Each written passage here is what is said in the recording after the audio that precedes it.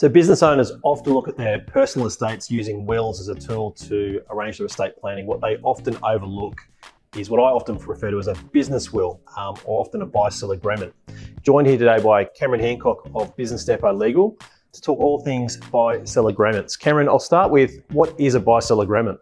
It's essentially an agreement between the owners of a company or shareholders, and it lays out the framework of what will happen if one of the shareholders passes away or one of the key people of that particular shareholder passes away.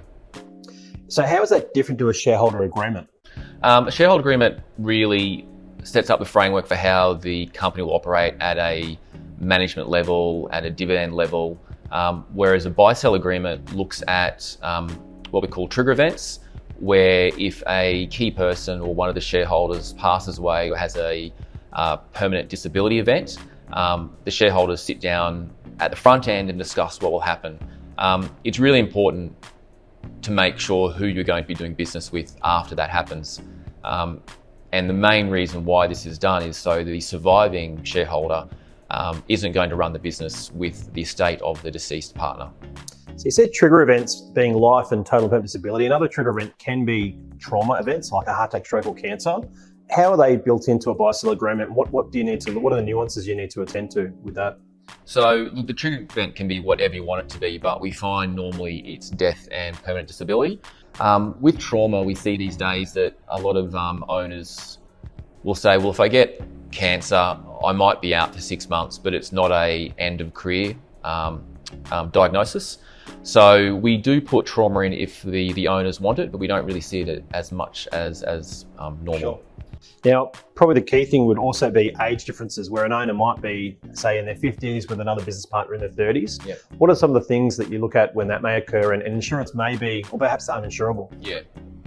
And probably just to lead on that, when I mentioned before with these buy-sells, it's an agreement for one party to acquire the interest of the other party. And normally that's like it's backed by insurance. So what that essentially means is that if there are three shareholders and they're all the same age, about 40 years old, and if the business is worth $1 million, then if one person dies and they hold equal interest, the other parties buy out that person's interest for $333,000. That's usually secured by insurance over the exiting party. What that means is that premiums are paid on insurance policies and things like that. And when you get a situation where you might have an older shareholder versus a younger shareholder, the premiums are different. And it just has to be discussed about the cost of the insurance and whether you can actually get enough insurance to protect for that buyout. Fantastic. Vendor finance can often be an option that you might include as well in some agreements. Yep, absolutely. And if there's a shortfall, for example, if the company is worth quite a lot of money, but the shareholders go, we don't want to insure for the value of the business or their percentage of the business, they might underinsure it, and the buy-sell document will say that if an event of default occurs, a trigger event occurs, and shares are transferred, the insurance will be used to pay up to a certain value. And if it's a shortfall, then there'll be an agreement as to the terms of how that shortfall gets paid out. And finally, what would happen where businesses don't have a buy-sell agreement in place? What would you typically see the outcome could be?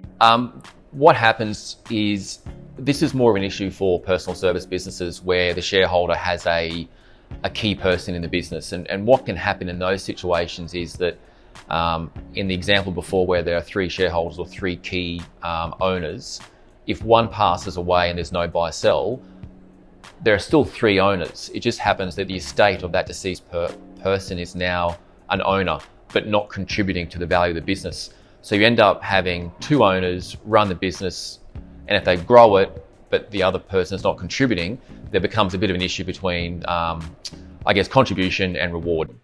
Yeah, it makes sense. Finally, I'd suggest business owners, if you haven't reviewed your buy-sell agreements or haven't got one, seek advice and set a plan for the future.